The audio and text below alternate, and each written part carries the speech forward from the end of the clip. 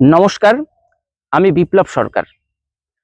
আমি গ্রামের দিকের একটি কলেজে প্রায় ৪ বছর আংশিক সময় শিক্ষক হিসেবে পড়িয়েছি। যে কলেজের বেশিরভাগ ছাত্রছাত্রী অত্যন্ত দরিদ্র পরিবার থেকে উঠে আসা। এই মুহূর্তে আমি যে স্কুলে সহকারী শিক্ষক হিসেবে কর্মরত রয়েছি, গ্রামের দিকের একটি স্কুল, সেই স্কুলেরও বেশিরভাগ ছাত্রছাত্রী অত্যন্ত দরিদ্র পরিবারের।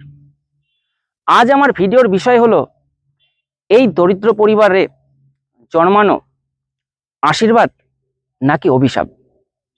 আমি ব্যক্তিগতভাবে মনে করি দরিদ্র পরিবারে জন্মানো কখনোই অভিশাপ নয়, বরং আশীর্বাদ। যদি বলেন কেন, এর উত্তরে বলবো আমার জীবনের প্রত্যক্ষ অভিজ্ঞতা। সেই প্রত্যক্ষ অভিজ্ঞতা থেকেই আমি ব্যাখ্যা করছি যে কেন গরিব ঘরে জন্মানো অভিশাপ নয়, বরং আশীর্বাদ। ১ নম্বর উদাহরণ, আমার ছাত্র জৈনুদ্দিন শেখ, যার বাড়ি বেথুয়া, যে অত্যন্ত দরিদ্র পরিবারের। তার জীবনের স্বপ্ন সে মিলিটারি চাকরি করবে। সে এতটাই দরিদ্র ছিল যে তাকে চাষবাস করে, এছাড়া অন্যান্য কাজ করে, অর্থ উপার্জন করে পড়াশোনার খরচ চালাতে হয়েছে এবং বিভিন্ন মিলিটারি লাইনে যেতে গেলে যে পয়সার প্রয়োজন তা জোগাড় করতে হয়েছে। সে বারংবার ব্যর্থ হয়েছে। খুব সম্ভবত প্রায় 10 বার সে দৌড়ে পাশ করা সত্ত্বেও শেষ পর্যন্ত কিন্তু তার চাকরি জোটেনি। তারপরেও সে কিন্তু হাল ছাড়েনি, বরং তীব্র জেদ, হাল নাম ছাড়া মানসিকতা নিয়ে সে আবার 11তম বার লাইনে গেছে এবং সে সেইবার গিয়ে কিন্তু চাকরি পেয়েছে। বর্তমানে সে ভারতীয় সেনাবাহিনীতে কর্মরত। দরিদ্র পরিবারে জন্মানো আশীর্বাদ কেন বললাম? দরিদ্র পরিবারে জন্মালে এই জেদটা আসে, এই হাল না ছাড়া মানসিকতাটা আসে। তাই আমি বললাম দরিদ্র পরিবারে জন্মানো অভিশাপ না, বরং আশীর্বাদ। উদাহরণ 2, আমার ছাত্র কৌশিক সাহা, সে অত্যন্ত দরিদ্র পরিবারের সন্তান। তার বাবার সাইকেলের লিক সারানোর দোকান, এবং কৌশিক নিজেও তার বাবার দোকানে বাবার সঙ্গে কাজ করত, এছাড়া পড়াশোনা করত। সেও কিন্তু বর্তমানে সেন্ট্রাল আর্ম ফোর্সে কর্মরত। সেও কিন্তু জীবনে তীব্র সংগ্রাম করেছে, তীব্র ইচ্ছা শক্তি, তীব্র পরিশ্রম করে আজ সে এই জায়গাটা এসছে। হ্যাঁ, দরিদ্র পরিবারে জন্মালে এই তীব্র সংগ্রাম করার মানসিকতাটা আসে। হারবো না, কখনো হারবো না, জিততে আমাকে হবেই, এই মানসিকতাটা আসে। উদাহরণ 3, আমার ছাত্র বাণী, যে অত্যন্ত ছোটবেলা থেকে মায়ের সঙ্গে বিড়ি বাঁধত। কারণ তাদের ওই বিড়ি বাঁধলে তবেই তাদের সংসারে চালটা কিনতে পারবে, ডালটা কিনতে পারবে। বিড়ি বাঁধত, পড়াশোনাও করত, বিড়ি বাঁধত, পড়াশোনাও করত।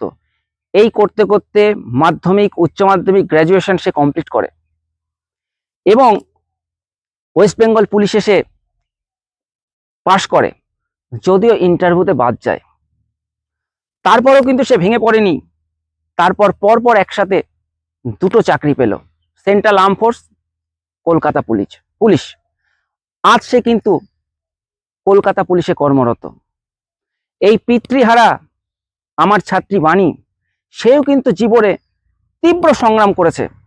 মায়ের সঙ্গে বিড়ি বেঁধে তার সংসার চালিয়েছে, কিন্তু পেরেছে।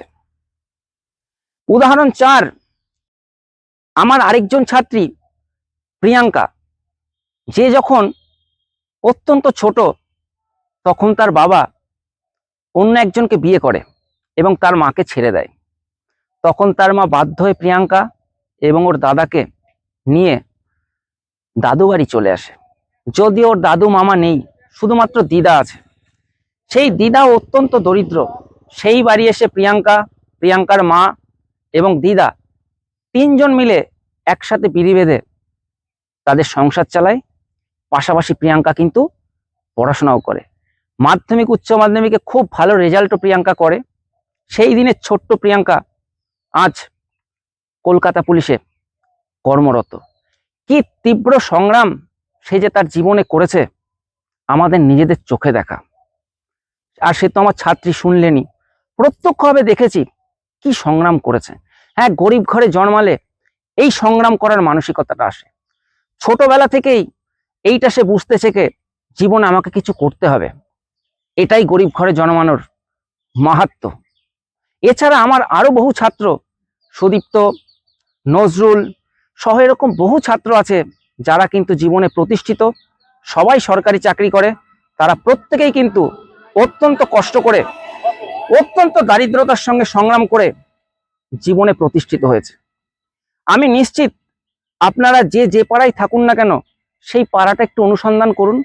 দেখুন সেই পাড়ায় যারা আজ প্রতিষ্ঠিত, দেখুন তাদের মধ্যে বেশিরভাগ গরিব ঘর থেকে উঠে এসেছেন।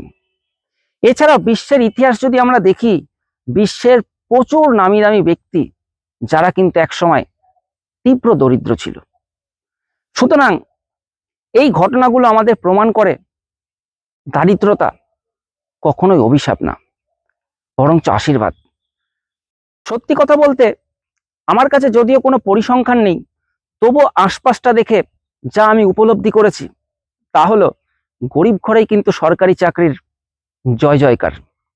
তাই এই মুহূর্তে যারা স্কুল পড়ুয়া বা কলেজ পড়ুয়া দরিদ্র পরিবারের ছাত্রছাত্রীরা দু চোখে স্বপ্ন নিয়ে এগিয়ে চলেছেন, তাদের বলবো জীবনে কোনো হতাশা নয়, স্বপ্ন দেখতে হবে, স্বপ্নকে বাস্তবায়িত করতে হবে।